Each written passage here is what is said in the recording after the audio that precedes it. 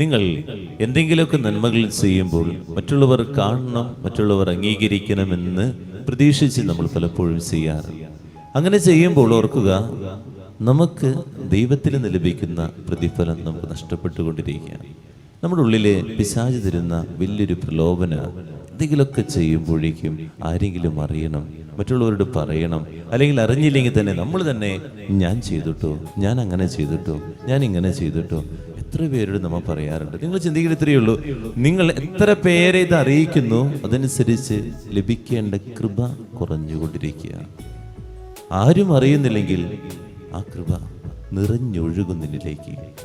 അപ്പൊ നമ്മൾ ചിന്തിക്കും, ദൈവം അറിയുന്നുണ്ടോ? കൃത്യമായിട്ട് കർത്താവ് പറയുന്നുണ്ട്, രഹസ്യങ്ങൾ അറിയുന്ന കർത്താവ് പ്രതിഫലം നൽകും.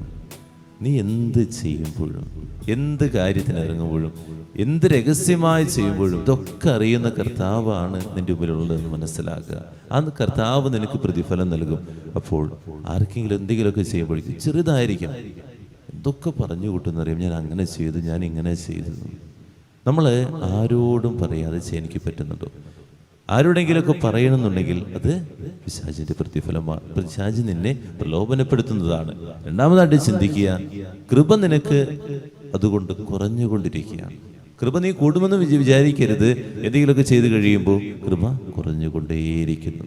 അതുകൊണ്ട് നമ്മുടെ ജീവിതത്തിൽ നന്മകൾ ചെയ്യാം, ആരും അറിയാതെ ചെയ്യുന്നത് നന്മകളായിട്ട് മാറട്ടെ.